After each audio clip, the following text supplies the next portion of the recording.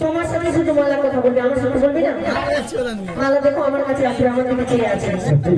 আমায় দাও, অবশ্যই। কোনদিন মালা কথা বলে না?